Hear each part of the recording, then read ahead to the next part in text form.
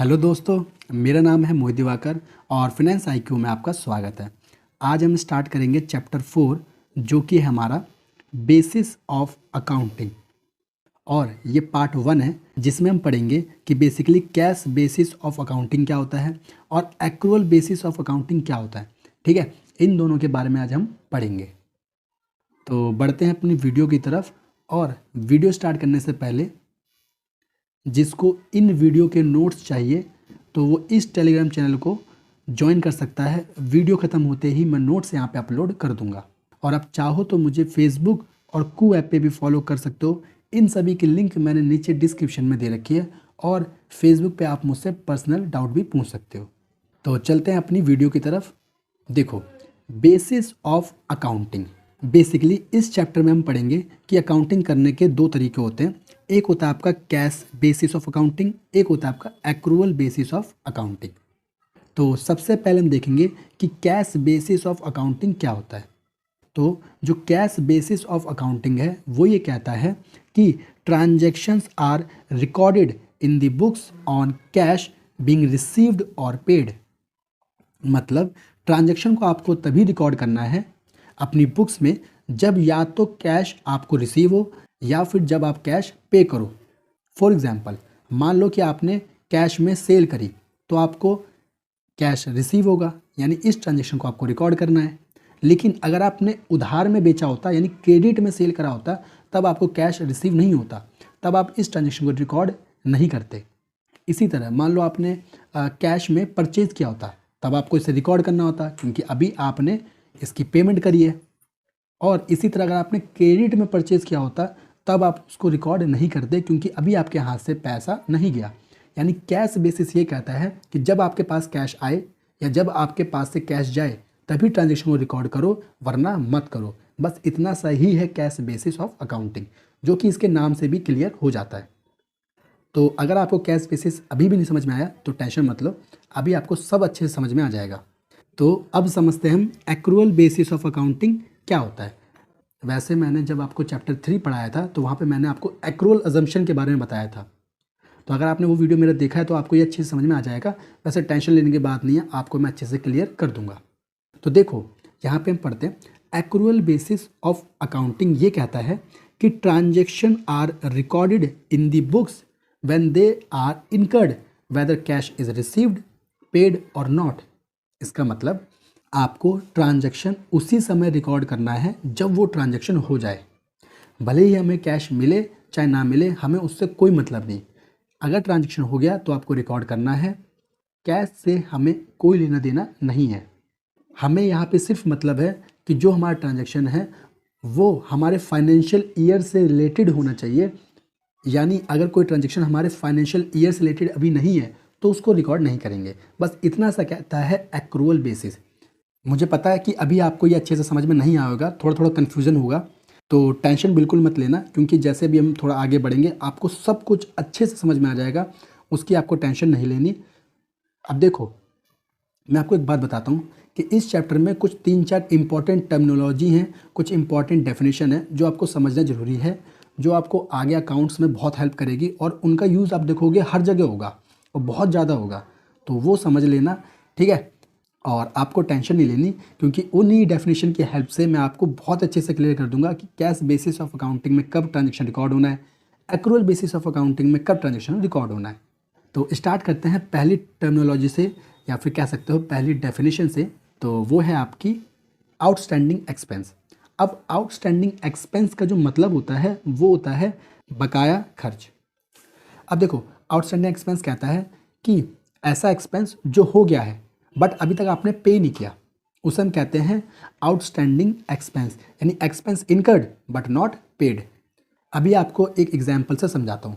मान लो कि मेरा एक कोचिंग सेंटर है, ठीक है, जिसे मैंने रेंट पे ले रखा है, जहाँ पे मैं 11th और 12th क्लास के बच्चों को अकाउंट्स पढ़ाता हूँ, ठीक है। और हर महीने उसकी पेमेंट करनी होती है किराए की।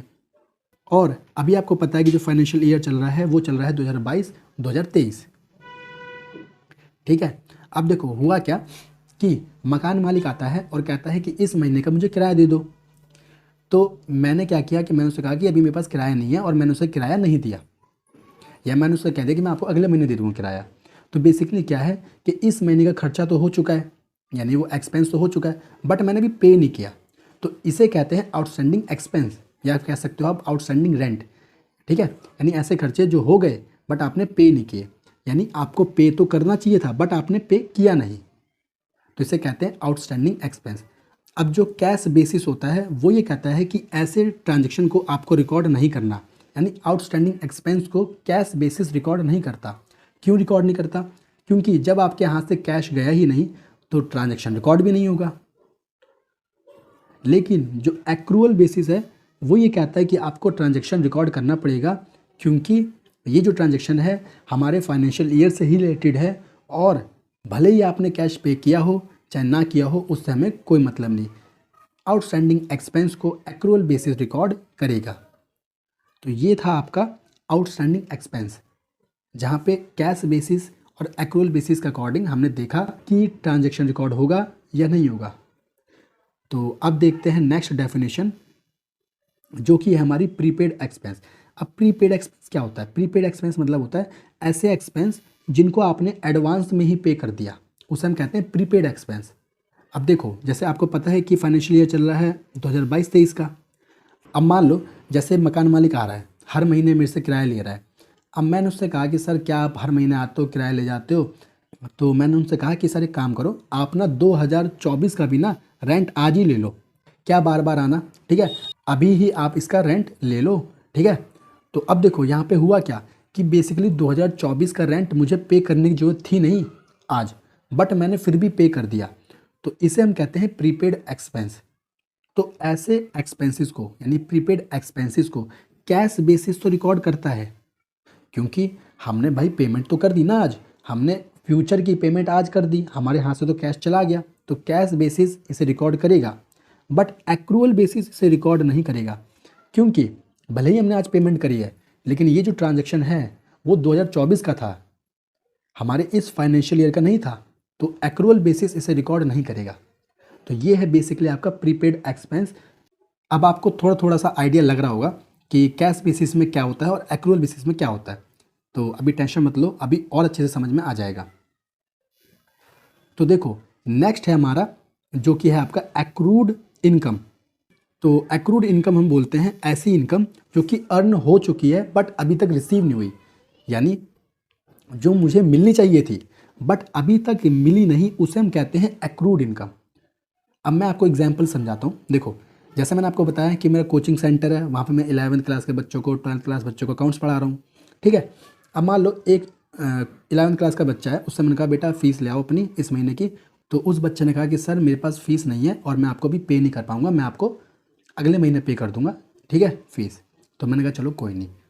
तो अब आप यहाँ पे ये देख सकते हो कि ये इनकम मुझे मिलनी चाहिए थी बट मिली नहीं, तो ऐसी इनकम कहते हैं एक्रूड इनकम। और जो कैश बेसिस है वो उसे रिकॉर्ड नहीं करता। क्यों रिकॉर्ड नहीं करता? क्योंकि हमें तो कैश मिला ही नहीं, और जब तक कैश मिलेगा नहीं उस ट्रांजैक्शन को हम रिकॉर्ड करेंगे नहीं। लेकिन एक्रूअल बेसिस कहता है कि नहीं, इस ट्रांजैक्शन को रिकॉर्ड कर लेंगे, क्योंकि भले ही अभी हमें इनकम नहीं मिले, हमें अभी कैश नहीं मिला, लेकिन ट्रांजैक्शन तो हो चुका है और ये ट्रांजैक्शन भी हमारे फाइनेंशियल ईयर का ही है, तो इसे रिकॉर्ड करेंगे। तो एक्रूड इनकम आपको अब समझ में आ गई होगी। तो नेक्स्ट डेफिनेशन है हमारी इनकम रिसीव्ड इन एडवांस। अब जैसा ही इसका नाम है आप समझ रहे होंगे कि यहाँ पे जो इनकम है वो आपको एडवांस में मिल रही है, तो उसी को हम कहते हैं इनकम रिसीव्ड इन एडवांस, ठीक है। अब देखो मान लो कुछ बच्चे ऐसे भी तो हो सकते हैं जो मुझे कहें कि सर अभी हम आपके यहाँ पे 11th क्लास में ट्यूशन पढ़ रहे हैं और आप बहुत अच्छा पढ़ा रहे हो, तो हम चाहते हैं कि 12th क्लास भी आप हमें पढ़ाओ। तो सर एक काम करो कि आप ना 12th क्लास की फ़ीस भी ना अभी ले लो। हो सकता है कुछ एक दो बच्चे मुझे एडवांस में ही फ़ीस दे दें, क्लास 12th की आज ही, अभी पढ़ 11th में रहे लेकिन 12th की दे दी।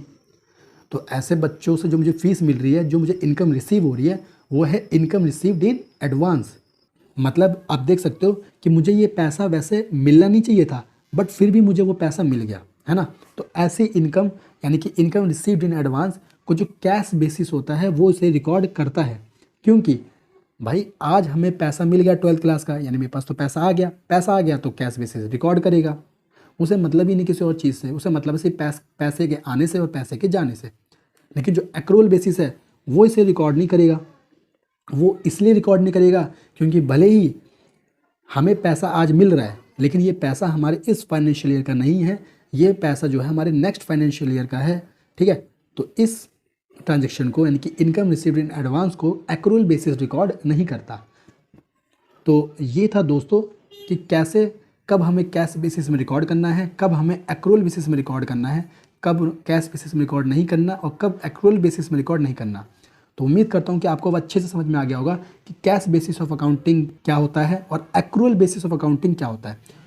इसके अलावा पूरी दुनिया including India accrual basis of accounting को ही फॉलो करते हैं, कैश बेसिस को फॉलो नहीं करते। तो दोस्तों ये था आज का टॉपिक। अगर फिर भी आपको कोई डाउट रह जाए तो नीचे कमेंट में मुझसे पूछ सकते हो। ठीक है, मैं आपको रिप्लाई कर दूंगा। और नोट्स आपको पता ही है कि टेलीग्राम चैनल पे आपको मिल जाएंगे, तो डिस्क्रिप्शन में लिंक है, ज्वाइन कर लेना। ठीक है, तो दोस्तों अगर आपको वीडियो अच्छी लगी हो तो प्लीज़ वीडियो को लाइक करना और अपने दोस्तों के साथ शेयर कर देना इस वीडियो को, और चैनल को सब्सक्राइब करे बिना मत जाना। मिलते हैं अब अपनी नेक्स्ट वीडियो में, तब तक के लिए थैंक यू।